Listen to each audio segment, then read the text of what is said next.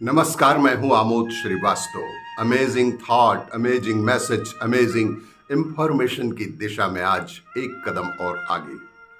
आज के इस दो चिंतन का विषय है चिंता मुक्त जीवन और बुरे विचारों से बचने के उपाय। आपको ये मेरा वीडियो अच्छा लगे तो लाइक करें, शेयर करें और लाल बटन दबाकर सब्सक्राइब अवश्य करें। साथ ही बेल आइकन दबाना बिल्कुल ना भूलें। आज के इस प्रथम चिंतन का विषय है चिंताओं से मुक्त जीवन का आनंद लें।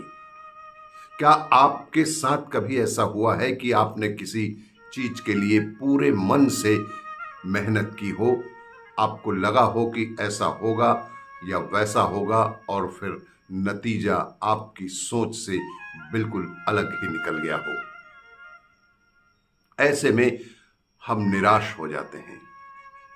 लगने लगता है कि जीवन कठिन है। कभी कभी तो यहां तक भी सोचने लगते हैं कि मेहनत करने का क्या मतलब है। मेहनत करने के बाद भी हमें वह परिणाम नहीं मिलता है जो हमें चाहिए होता है। हम सबके मन में कभी ना कभी ऐसे विचार आते हैं।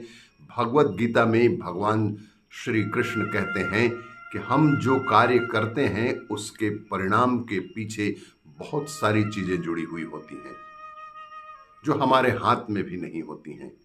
जो चीज हमारे हाथ में नहीं है उसके बारे में हम कैसे आशा कर सकते हैं?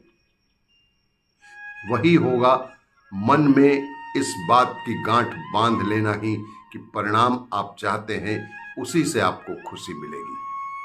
अक्सर दुख और हताशा का कारण बन जाता है। मैं आपको उदाहरण देता हूं। 6 साल के एक बच्चे को एक दिन उसकी मां ने कहा कि जब वह शाम को स्कूल से आएगा तब उसे गुलाब जामुन देगी। अब बच्चा पूरा दिन खुश था। स्कूल में उसने कोई शैतानी नहीं की, टीचर की हर बात मानी और पूरे दिन मन लगाकर पढ़ाई की। स्कूल छूटते ही भागकर घर आया तो उसने देखा कि मां तो लड्डू लिए खड़ी है। अब बच्चा निराश हो गया। उसका मन तो गुलाब जामुन पर अटका हुआ था। वह रोया रूठा और ऐसे ही सो गया। न उसे लड्डू मिला और ना ही गुलाब जामुन। आज के इस दूसरे चिंतन का विषय है बुरे विचारों से बचने के उपाय। एक धनवान व्यक्ति था, बड़ा विलासी था। हर समय उसके मन में भोग विलास, सुरा सुंदरी के विचार ही छाए रहते थे। वह खुद भी इन विचारों से त्रस्त था पर आदत से लाचार भी था। वो विचार उसे छोड़ ही नहीं रहे थे। एक दिन अचानक किसी संत से उसका संपर्क हुआ। वह संत से उक्त अशुभ विचारों से मुक्ति दिलाने की प्रार्थना करने लगा। संत ने कहा, अच्छा अपना हाथ दिखाओ। हाथ देखकर संत भी चिंता में पड़ गए। संत बोले, बुरे विचारों से मैं तुम्हारा पिंड तो छुड़ा देता पर तुम्हारे पास समय बहुत ही कम है। आज से ठीक 1 माह बाद तुम्हारी मृत्यु सुनिश्चित है। इतने कम समय में तुम्हें कुत्सित विचारों से निजात कैसे दिला सकता हूं? और फिर तुम्हें भी तो तुम्हारी तैयारियां करनी होगी। वह व्यक्ति चिंता में डूब गया। अब क्या होगा? चलो समय रहते यह मालूम तो हुआ कि मेरे पास समय कम है। वह घर और व्यवसाय को व्यवस्थित व नियोजित करने में लग गया। परलोक के लिए पुण्य अर्जन की योजनाएं बनाने लगा कि कदाचित परलोक हो तो पुण्य कम लगेगा। वह सभी से अच्छा व्यवहार करने लगा। जब एक दिन शेष रहा तो उसने विचार किया कि चलो एक बार पुनः संत महात्मा के दर्शन कर लें।